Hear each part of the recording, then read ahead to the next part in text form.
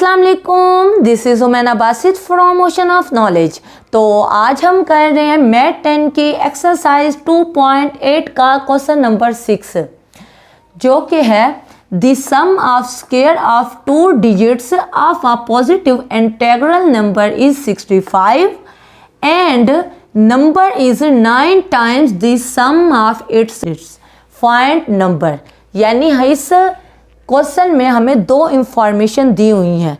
अब तक हमने जितने क्वेश्चन किए हैं उनमें एक इंफॉर्मेशन दी होती थी और उससे हम एक इक्वेशन को बनाते थे।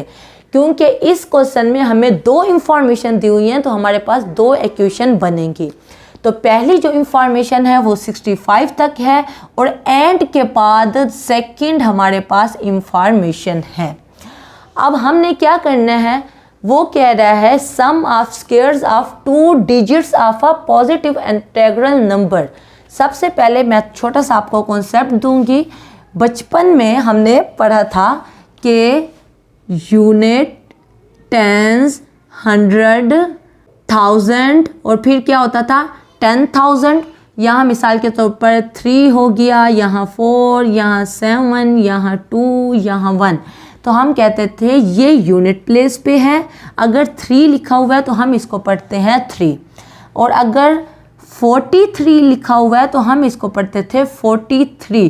क्यों? क्योंकि 3 यूनिट जगह पे होता था और 4 टेंस पे होता था। ऐसे ही है ना। इसी तरह 743 लिखा हुआ हो तो हम कहते हैं 3 जो है वो यूनिट प्लेस पे है, 4 जो है वो टेंस प्लेस पे है और 7 जो है वो 100 प्लेस पे है। अगर 43 को हम लें तो 43 यानी कि ये यूनिट्स और ये टेंस प्लेस पे है। तो 43 को टेंस प्लेस इसको क्यों कहते हैं?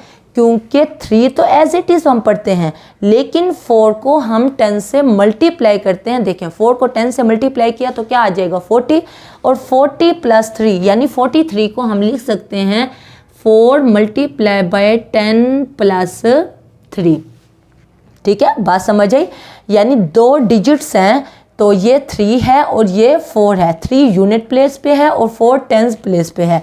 तो टेंस प्लेस पे मतलब है कि इस 4 डिजिट्स को हम मल्टीप्लाई करेंगे 10 के साथ और फिर ऐड करेंगे यूनिट प्लेस वाले को। तो 4 10s are 40 और +3 वो 43 बनता है।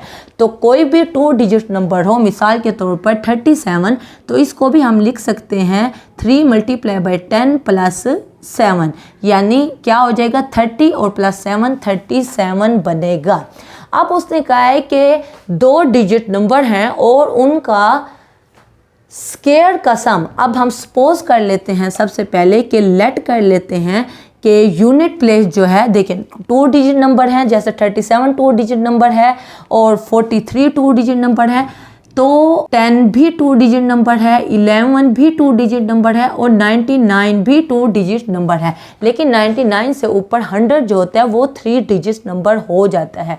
हमें 2 डिजिट नंबर चाहिए। जब भी 2 डिजिट नंबर की बात हो तो इसका मतलब है एक यूनिट प्लेस पे होगा और एक टेंस प्लेस पे होगा, एक यूनिट प्लेस पे होगा और एक टेंस प्लेस पे होगा। तो हम x y 2 डिजिट नंबर को सपोज करते हैं तो हम कहेंगे लेट y बी आ यूनिट प्लेस नंबर, यानी कि वो यूनिट प्लेस नंबर है, और x जो है वो टेंस प्लेस नंबर है। ठीक है, चलो अब हमारे पास 2 नंबर आ गए, 2 डिजिट्स आ गए। एक हमारे पास x है और दूसरा हमारे पास y है। अब उसने जो पहली इंफॉर्मेशन दी है उसने कहा है सम, या सम का क्या मतलब है प्लस सम ऑफ स्क्वायर्स है, यानी sum of squares of 2 digits of a positive integral number is 65। यानी ये बराबर किसके है? ये बराबर 65 के है। और कौन से? 2 डिजिट्स का जो स्क्वायर है उसका सम। 2 डिजिट क्या हुए मैंने अभी बताया, एक x है एक y है। x हमारा 10th प्लेस पे है और y हमारा यूनिट प्लेस पे है। तो 2 नंबर क्या हुए, एक x हुआ और एक y हुआ। जैसे 37 पे एक नंबर 3 हुआ और दूसरा नंबर 7 हुआ। तो क्या हुआ, x और y को हमने स्क्वायर लेके सम लेना है। तो x और y का स्क्वायर लेके सम जो है वो 65 के बराबर है। ये पहली इंफॉर्मेशन है। बात समझ आ गई? तो इसको आप लिख सकते हो x का square plus y square is equal to 65। इसको हम फर्स्ट का नाम दे देते हैं, ये हमारी पहली इंफॉर्मेशन है। दूसरी उसने इंफॉर्मेशन दी है and number is 9 times. 9 times का क्या मतलब है? 9 से मल्टीप्लाई करना है। नंबर इज अब नंबर क्या है? मैंने अभी आपको बताया है कि 37 को अगर हम लिखें तो लिख सकते हैं 3 मल्टीप्लाई बाय 10 प्लस 7। इसी तरह 43 को हम लिख सकते हैं 4 मल्टीप्लाई बाय 10 प्लस 3। x जो है वो टेंस प्लेस पे है और y जो है वो यूनिट प्लेस पे है, यानी हमारा नंबर एक्स वाई है। जैसे 37 है वैसे ही एक्स वाई है। तो एक्स वाई को अगर हम इस शक्ल में लिखना चाहें तो हम क्या लिखेंगे?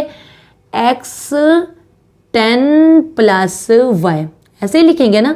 37 को अगर हम इस तरह लिख सकते हैं, 2 डिजिट नंबर है उसको हम इस तरह लिख सकते हैं। तो एक्स वाई 2 डिजिट नंबर है, वाई हमारा यूनिट प्लेस पे है और एक्स हमारा टेंस प्लेस पे है, तो इसको भी हम इस तरह लिख सकते हैं x इंटू 10 प्लस वाई। तो हमारा नंबर है 10x प्लस वाई। 10 को मैंने पहले लिख दिया, इससे कोई फ़र्क नहीं पड़ा। तो उसने कहा है कि जो नंबर है यानी नंबर इज़, नंबर जो है यानी कि नंबर क्या है? 10x प्लस वाई इज़ यानी कि बराबर है नंबर किससे? 9 टाइम्स। 9 टाइम्स की बात है तो 9 मल्टीप्लाई होगा किससे? दी सम ऑफ इट्स डिजिट्स। और डिजिट्स कौन कौन से हैं? एक x है और एक y है। सम ऑफ इट डिजिट से क्या मुराद होगा? एक x और एक y और इन दोनों के दरमियान सम। बात समझ आई? और ये हमारी दूसरी इंफॉर्मेशन है। तो हमारी दूसरी इंफॉर्मेशन मैं फिर से बता देती हूँ। नंबर इज़ ये नंबर है। नंबर को मैंने किस शक्ल में लिखा है? जैसे 37 को हम लिख सकते हैं 3 मल्टीप्लाई बाय 10 प्लस 7, वो 37 बनता है। इसी तरह 43 को लिख सकते हैं 4 मल्टीप्लाई बाय 10 प्लस 3। तो इसी तरह एक्स वाई जो कि वाई यूनिट प्लेस पे है और एक्स हमारा 10th प्लेस पे है, तो इसको भी हम लिख सकते हैं x इंटू 10 प्लस वाई। तो नंबर हमारा क्या हुआ? 10x plus Y.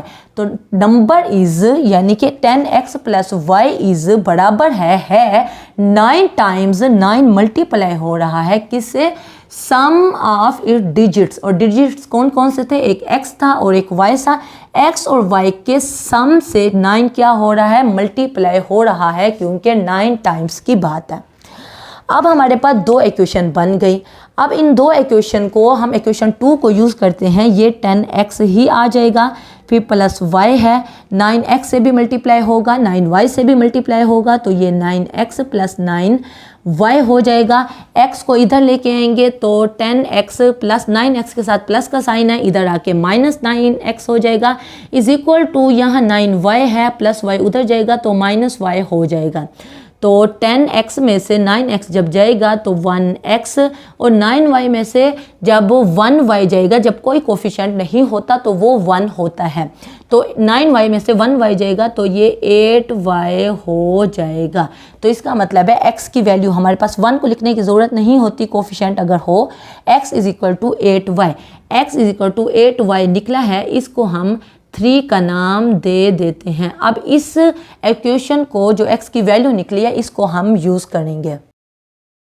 अब इस इक्वेशन को जो x की वैल्यू निकली है 8y, इसको हम 1 में पुट कर देते हैं, जिसको हमने 1 का नाम दिया था। तो by 1 x square plus y square, x की जगह पे हम क्या पुट करेंगे? वो 8y पुट कर देंगे, फिर स्क्वायर है, फिर प्लस वाई स्क्वायर है, प्लस वाई स्क्वायर है, फिर इज इक्वल टू 65 है। 8y की पावर 2 का मतलब है कि 8 की पावर भी 2 है और y की पावर भी 2 है, तो 8 की पावर 2 क्या बनेगा? 64 बनेगा। y की पावर 2, y की पावर 2 लिखेंगे, plus y square is equal to 65।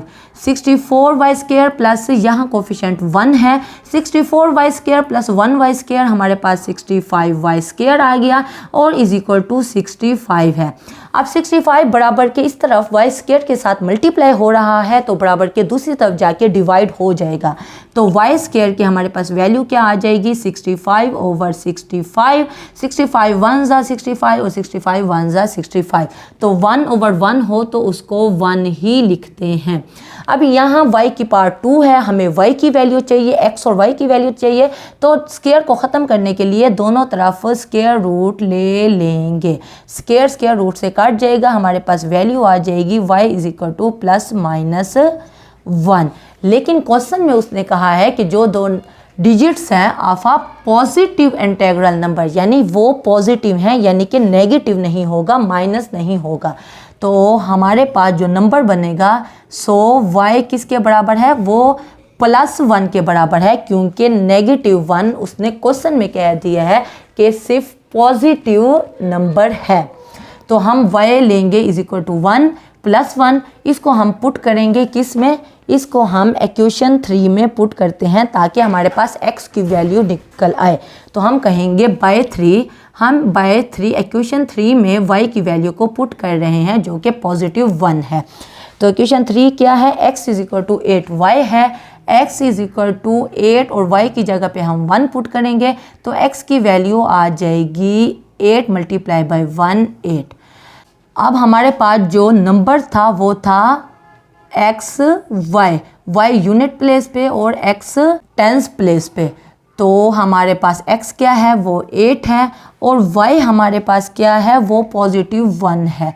तो 81 हमारा नंबर है। तो इसको अगर आप उसी शक्ल में लिखना चाहो जिस शक्ल में हमने लिखा था, वो क्या था 10x + y, 10x हमारे पास क्या है वो 8 है +1, देखें 10 8 ज़ार क्या होता है 80 +1 वो 81 ही बनता है। तो इसका मतलब है कि हमारा जो 2 डिजिट नंबर है, 2 डिजिट्स पॉजिटिव नंबर, वो क्या है वो 81 है। ओके, तो क्वेश्चन नंबर 6 आपका हो गया है। उम्मीद है आपको क्वेश्चन नंबर 6 की समझ आई होगी। कोई कन्फ्यूजन हो, कोई मसला हो, कोई बात समझ ना आई हो तो आप नीचे कमेंट में पूछना, मैं इंशाल्लाह कमेंट बॉक्स में उसका डेफिनेटली जवाब दे दूंगी। तो अगर आप मेरे चैनल पे नए हैं तो प्लीज़ मेरे चैनल को ज़रूर सब्सक्राइब करें और अगर आपको मेरी वीडियो थोड़ी सी भी इंफॉर्मेटिव लगी है तो मेरी वीडियो को ज़रूर लाइक करें। तो फिर मिलेंगे नए लेक्चर के साथ। अल्लाह हाफिज़।